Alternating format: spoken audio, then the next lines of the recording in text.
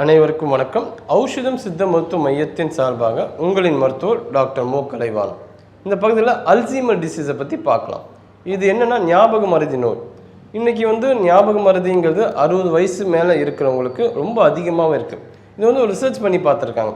இது எப்படின்னா, அதாவது 2006 பல விதமான மக்களை ஆய்வு எடுத்து பண்ணும்போது இது சின்ன வயசுலேருந்து பெரியவங்க வரைக்குமே இது பாதிக்கப்படுது. முக்கியமாக 60 வயசு மேலே இருக்கிறவங்களுக்கு ரொம்ப அதிகமாக பாதிக்கப்படுது.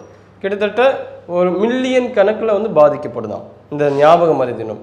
இதுவே 2050 இந்த மாதிரி 4 மடங்கு மில்லியன் அளவுக்கு பாதிக்கப்படும் சொல்லி ஒரு ஆய்வறிக்கை சொல்லுது. ஏன்னா நிறைய பேருக்கு இன்றைக்கி இந்த ஞாபக மறதி பிரச்சனையால் பல விதமான லைஃப்பில் பாதிப்பை சந்திக்கிறாங்க. இந்த அல்சீமர் டிசீஸ் வந்தால் எப்படி அறிகுறிகள் இருக்கும் எப்படின்னா, சின்ன சின்ன விஷயத்தையும் மறந்துடுவாங்க. இப்போ வீட்டுக்கு லாக் பண்ணிவிட்டு வெளியே போயிடுவாங்க. ஆனால் அவங்களுக்கு ஒரு சந்தேகம் இருக்கும், நம்ம வீட்டை பூட்டினோமா இல்லை கேஸை லாக் பண்ணோமா, அந்த மாதிரி சின்ன சின்ன விஷயம் அவங்க செஞ்சுருப்பாங்க. இருந்தாலும் அவங்களுக்கு நம்ம செஞ்சோமான்னு சொல்லி கேள்வி வந்துக்கிட்டே இருக்கும். திருப்பி வருவாங்க. இந்த மாதிரி நிறைய சின்ன சின்ன விஷயத்த அவங்க பிரச்சனையாக உள்ளாக்குவாங்க. அதே போல் நமக்கு ரொம்ப தெரிஞ்ச நண்பர்களை பேர் மறந்துடுவாங்க, ஃபோன் நம்பர் மறந்துடுவாங்க. செல்ஃபோன் வந்த பிறகு என்னென்னா, இந்த மூளையோட செயல்திறனே ரொம்ப குறைஞ்சிருச்சு. முன்னாடி இந்த செல்ஃபோன்லாம் வராமல் இருந்த காலகட்டத்தில் ஒருத்தர் ஒரு 10லேருந்து 20 நம்பர் கூட ஃபோன் நம்பர் ஞாபகம் வச்சுப்பாங்க. இன்றைக்கி பாருங்கள், நம்மளோட ஃபோன் நம்பரை தவிர வேறு எந்த நம்பருமே நமக்கு தெரியலை. ஸோ இது எல்லாமே டெக்னாலஜி ஒரு கட்டத்தில் வளர்ந்துக்கிட்டே தான் இருக்கும். ஆனால் மனிதனோட மூளையோட அவன் செயல்படுத்தல அந்த ஆற்றல் குறைஞ்சிக்கிட்டே இருக்குது. அப்போது கண்டிப்பாக மூளைக்கு நம்ம பயிற்சி கொடுத்துக்கிட்டே இருக்கணும். தொடர்ந்து இதை பயிற்சி கொடுத்தாவே இந்த அல்சீமர் பிரச்சனை வெளியே வர முடியும். ஏன்னா மூளைக்கு அதிகமாக சிந்திக்கும் திறனே இல்லாமல் போயிடுது. இந்த மாதிரி டெக்னாலஜி அதிகமாக வளர்ந்த ஒரு காரணம். எல்லாத்துலேயும் நன்மையும் உண்டு, தீமையும் உண்டு. இந்த அல்சீமர் டிசீஸ் வந்தவங்க எப்படி இருப்பாங்கன்னா, நம்ம என்ன ட்ரெஸ்ஸு போட்டிருக்கோம், ட்ரெஸ்ஸு போடலையா அப்படி கூட தெரியாது. அப்படியே வெளியே வந்துடுவாங்க. வெறும்னே ட்ரெஸ்ஸு இல்லாமல் கூட அப்படியே வந்துடுவாங்க. அவங்களுக்கு தெரியாது. அதாவது அவங்க தன் உணர்ந்து பண்ணுறதில்ல. சில பேர் என்ன பண்ணுவாங்க, வீட்டில் இருப்பாங்க, நைட்டு இருக்கும்போது நம்ம எங்கே இருக்கோம், வீட்டில் இருக்கோமா இல்லை நம்மளை தனியாக விட்டுட்டு போயிட்டாங்களே சொல்லி கதவை தட்டுவாங்க. ஐயோ என்னை காப்பாற்றுங்க, நான் வேறு எங்கேயும் இருக்கேன், நான் வீட்டுக்கு போகணும், என்னை விடுங்க, வீட்டில் இருந்துக்கிட்டே சொல்லுவாங்க. இந்த மாதிரி பல பிரச்சனைகள் அவங்க சந்திக்க வேண்டியிருக்கும். நினைவுத்திறன் பாதிக்கப்படுறதால எந்த ஒரு செயலையும் அவங்களால சிறப்பாக செய்ய முடியாது.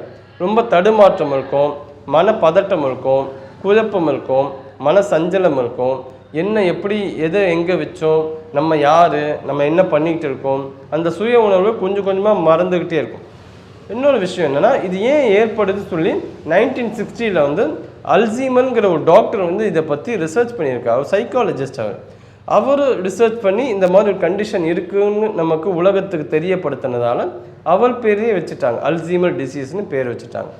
சில பேர் கேட்கலாம், இந்த ஸ்டூடெண்ட்ஸ் எல்லாம் எக்ஸாமுக்கு படிக்கும் போது மறந்து போதே, இதுக்கும் அல்சீமர் டிசீஸ்க்கும் தொடர்புக்கான்னு கேட்டால் கிடையாது. அந்த டிசீஸ் வேறு, இந்த ஞாபக மறதி வேறு. அதில் கண்டிப்பாக தெளிவாக இருக்கும். ஏன்னா ஸ்டூடெண்ட்ஸ் வரக்கூடிய மறதிங்கிறது வேறு மாதிரி இருக்கும். சில பேருக்கு ஹெச்பி லெவல் அனிமிக்காக இருந்தால் கூட அவங்களுக்கு இந்த அல்சீமர் பிரச்சனை வரும், ஞாபக மறதி பிரச்சனை வரும். அப்போ ரத்தத்தை தூண்டக்கூடிய உணவுகளை எடுக்கணும். மூளைக்கு தேவையான ஆக்சிஜன் குறைவாக இருந்தாலும், ரத்த ஓட்டம் குறைவாக இருந்தாலும் நமக்கு ஞாபக மறதி வரும். அப்போ அதுக்கேற்ற மாதிரி உணவுகள் எடுத்துக்கலாம். பீட்ரூட் தொடர்ந்து சாப்பிட்லாம், அது மூளைக்கு தேவையான ரத்தத்தை கொண்டு போய் சேர்க்கும். காலிஃப்ளவர் சாப்பிட்லாம். அதே மாதிரி டெய்லி ஒரு நெல்லிக்காய் சாப்பிட்லாம். நெல்லிக்காயில் விட்டமின் சி இருக்குது. வில்வமும் எடுத்துக்கலாம். வில்வமும் மூளைக்கு உண்டான வலிமையை கொடுக்குது. அன்னாசி பழம் எடுத்துக்கலாம். வேறு என்ன எடுத்துக்கலாம்னா வல்லாரைக்கீரை. பார்த்தீங்கன்னா கீரையோட வடிவமே மூளை மாதிரி தான் இருக்கும். அப்போ வல்லாரையை தொடர்ந்து எடுக்கலாம். வல்லாரை சாராக எடுத்து சாப்பிடலாம்.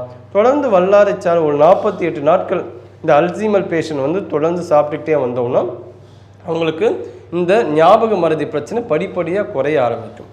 வேறு என்ன நம்ம எடுத்துக்கலாம்னா பூசணி விதைகள் எடுத்துக்கலாம். அது பார்த்தீங்கன்னா விட்டமின் சி அதில் அதிகமாக இருக்கும், மெக்னீஷியம் அதிகமாக இருக்கும். அது எல்லாம் மூளைக்கு தேவையான ஒரு விஷயங்கள் அதில் இருக்குது. அப்போ பூசணி விதைகள் எடுக்கலாம். அதே போல் வேறு வெள்ளை பூசணி எடுத்துக்கலாம். வெள்ளை பூசணி எப்படி சாப்பிட்லான்னா, அது பச்சையாக ரா மெட்டீரியலாக வாங்கி கல் உப்பு மஞ்சள் போட்டு நல்லா வாஷ் பண்ணிவிட்டு அதை நம்ம எடுத்துக்கலாம். 50 கிராம் அளவு வெறும் வயிற்றில் நம்ம எடுத்துக்கணும். வெள்ளை பூசணி வந்து உயிர் சத்து வந்து ரொம்ப அதிகம். அந்த உயிர் சத்து நம்ம அதிகமாக நம்ம கன்சியூம் பண்ண மூளையோட ஆற்றல் வந்து அதிகரிக்கும். நம்ம எக்ஸசைஸ் வந்து தோப்புக்கல்லும் போடலாம். நிறைய பேர் வந்து ஸ்கூலில் வந்து பனிஷ்மெண்ட்டுக்காக தோப்புக்கல்லும் போட்டிருப்பாங்க. ஆனால் வந்து இதை ஞாபக மறதிக்கு உண்டான எக்ஸசைஸாக தோப்புக்கல்லும் இருக்கும். தோப்புக்கல்னத்தை கரெக்டாக 7 தடவை பண்ணால் போதும். 7 முறை எப்படி பண்ணால் நம்ம கிழக்கு நோக்கி நம்ம பண்ணணும். 2 காதையும் நல்லா பிடிச்சிக்கணும். நாக்கை வந்து மேல் எண்ணத்தை உள்நாக்கோட டச் பண்ணிக்கணும். அப்படி டச் பண்ணிவிட்டு கீழே உட்காரும்போது என்னென்னா மூச்சை உள்ளே இருக்கணும். மேலே எழுந்துக்கும் போது மூச்சை வெளியே விடணும். இந்த மாதிரி 7 முறை பண்ணால் போதும். தொடர்ந்து பண்ண பிரெயினோட ஆக்டிவேஷன் அதிகமாக இருக்கும். நம்ம வந்து இதுக்கு முத்திரையும் பண்ணலாம். இது வந்து ஆசினி முத்திரை ரொம்ப நல்லா ஒர்க் அவுட் ஆகும் அல்சீமர் டிசீஸு. அது எப்படின்னா 2 கைகளும் இப்படி ஒன்றிணைக்கணும். 5 விரலும் நுனி பகுதி வந்து டச் பண்ண மாதிரி இருக்கும். இந்த நாக்கை வந்து மேல் எண்ணம், அதாவது அந்த கம் இருக்குல்ல அந்த இடத்துல படுற மாதிரி வச்சுக்கணும். நாக்கை இப்படி மேலே டச் பண்ணும்போது மூச்சை உள்ளே இருக்கணும். மூச்சை வெளியே விடுறதும் நாக்கை வந்து வெளியே விட்டணும். அப்போ கண் வந்து மேல் நோக்கி தான் இருக்கும். கை இந்த பொசிஷனில் இருக்கும். அது எப்படி பண்ணணும்னா கைகளை இப்படி இணைச்சிக்கிட்டு கண்களை மேல் நோக்கி பார்த்துக்கிட்டு நாக்கை அப்படி வச்சுக்கணும். அப்படி வச்சுக்கிட்டு மூச்சை உள்ளே இருக்கணும். மூச்சை வெளியே விடும், நாக்கை வெளியே விட்டுணும். அப்போ வந்து கண்கள் வந்து மேல் நோக்கி தான் இருக்கும். இதுதான் ஆசினி முத்திரை. இந்த ஆசினி முத்திரையை நம்ம தொடர்ந்து பண்ணணும். ஒரு 20 மினிட்ஸ் பண்ணலாம். தொடர்ந்து பண்ண உங்களுக்கு நல்ல ஒரு பிரெயின் பவர் வந்து ஆக்டிவேட்டாக இருக்கும். வேறு என்ன பண்ணணும்னா அக்குப்ரெஷர் இது வந்து நல்ல ஒரு ட்ரீட்மெண்ட் இருக்குது. அக்குப்ரெஷருக்கு வந்து H7 பாயிண்ட்டு, SP6, SG36, GV20ங்கிற பாயிண்ட்டெல்லாம் ரொம்ப நல்லா அற்புதமாக வேலை செய்யும். இப்போ GV20ங்கிறது என்னென்னா உச்சந்தலையில் நம்ம வந்து ஒரு அழுத்தம் கொடுக்கணும். உச்சந்தலை எப்படி எங்கே மெஷர் பண்ணுறதுக்கு உங்களுக்கு வந்து கரெக்டாக எக்ஸாக்டாக பண்ணணும்னா இந்த காது இருக்குல்ல, காதோட மிடில் பகுதி நடுப்பகுதி இருக்கும். மேலோட நடுப்பகுதியில் அதை வச்சுட்டு அப்படியே ஒரு கோடு மாதிரி கொண்டு வந்தீங்கன்னா இந்த உச்சந்தலை இருக்கும். இதுதான் GV20 பாயிண்ட்டு. அதை வந்து லைட்டாக ப்ரெஷர் கொடுக்கணும். ரொம்ப அழுத்தி ப்ரெஷர் வேணால், ரொம்ப மிதமான அழுத்தத்தை கொடுத்தா போதும். அது ஒரு 5 நிமிஷம் பண்ணணும். இந்த மாதிரி தொடர்ந்து பண்ண அல்சீமர் பிரச்சனை வந்து சரியாகும். நம்ம முத்திரையும் பண்ணணும், அக்குப்ரெஷர் பாயிண்ட்டும் பண்ணணும், உணவுலேயும் கவனமாக இருக்கணும். ஏன்னா தேவையில்லாத உணவுகள் எடுக்கக்கூடாது. அதாவது ஜங்க் ஃபுட்டு, ப்ராசஸ் ஃபுட்டு, மைதா ப்ராடக்ட்ஸு, நான்வெஜ்ஜில் பிராய்லர் சிக்கனு, முட்டை, இது எல்லாமே வந்து கண்டிப்பாக தவிர்க்கணும். ஈஸியாக டைஜஸ்ட் ஆகிற உணவை எடுத்துக்கணும். எக்ஸசைஸ் பண்ணணும். ஒரு நாளைக்கு 1 மணி நேரமாவது எக்ஸசைஸ் பண்ணணும். மெடிடேஷன் பண்ணணும். மெடிடேஷன்லாம் நல்லா பண்ணு தெரிஞ்சிச்சுன்னா அல்சீமர் பிரச்சனையே வராது. தடுப்புக்கு இதெல்லாம் பண்ணலாம். அப்போது அல்சீமர் வந்தவங்க என்ன பண்ணணும்னா ஷெட்யூல் ஃபாலோ பண்ணணும். அதாவது பல் வளர்க்குறதுக்கு, குளிக்கிறதுக்கு, ட்ரெஸ்ஸு மாற்றுறது, இது எல்லாமே மறந்துடும். அப்போ ஷெட்யூலாக நீங்கள் பேக்கெட்டில் ஒரு சின்ன நோட்டு போட்டு எழுதிக்கணும். நான் பல் வளர்க்கனா டிக் அடிக்கணும், ட்ரெஸ்ஸு கரெக்டாக போடணும் டிக் அடிக்கணும், நான் எங்கே போகணும், யாரை பார்க்கணும், அப்படி எல்லாமே வந்து ஒரு ஷெட்யூலாக நீங்கள் வந்து ஃபாலோ பண்ணால் இந்த ஞாபக மறதி பிரச்சனையை கண்டிப்பாக குறைக்க முடியும். அதே போல் நிறைய ட்ராவல் பண்ணலாம். உடம்பு வந்து ஆரோக்கியமாக இருக்கிறவங்க உங்கள் கடற்கரை பகுதிக்கு போகலாம், இல்லை மலைப்பகுதிக்கு போகலாம். இயற்கையே பார்த்திங்கன்னா உங்களை வந்து ஒரு கிளென்ஸ் பண்ணும். மனசை வந்து அமைதியாக்கும், தூய்மையாக்கும், மனசை வந்து வலிமை அடைய செய்யும். இந்த மாதிரி இயற்கை சூழ்ந்த இடத்துக்கு போகலாம். இந்த மாதிரி நிறைய விஷயங்கள் நீங்கள் ஃபாலோ பண்ணிங்கன்னா அல்சீமர் பிரச்சனை வந்து வெளியே வர முடியும். அல்சீமர் நோய்க்கு சித்த மருத்துவத்திலே மருந்துகள் உண்டு. ஆறுமுக செந்தூரம், அதே போல் அமுக்குரா சூர்ணம், திரிகடுகு சூர்ணம், தாலிசாதி சூரணம், இந்த மாதிரி நிறைய சூரணங்கள் இருக்குது, லேகியங்கள் இருக்குது, பற்பங்கள் இருக்குது, செந்தூரங்கள் இருக்குது.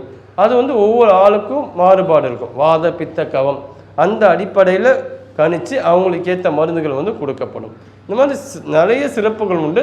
இந்த அல்சீமர் பிரச்சனை வந்து ஈஸியாக வெளியே வர்றதுக்கு இது எல்லாமே நீங்கள் ஃபாலோ பண்ணிங்கன்னா ரொம்ப நலமடையலாம். நன்றி, வணக்கம்.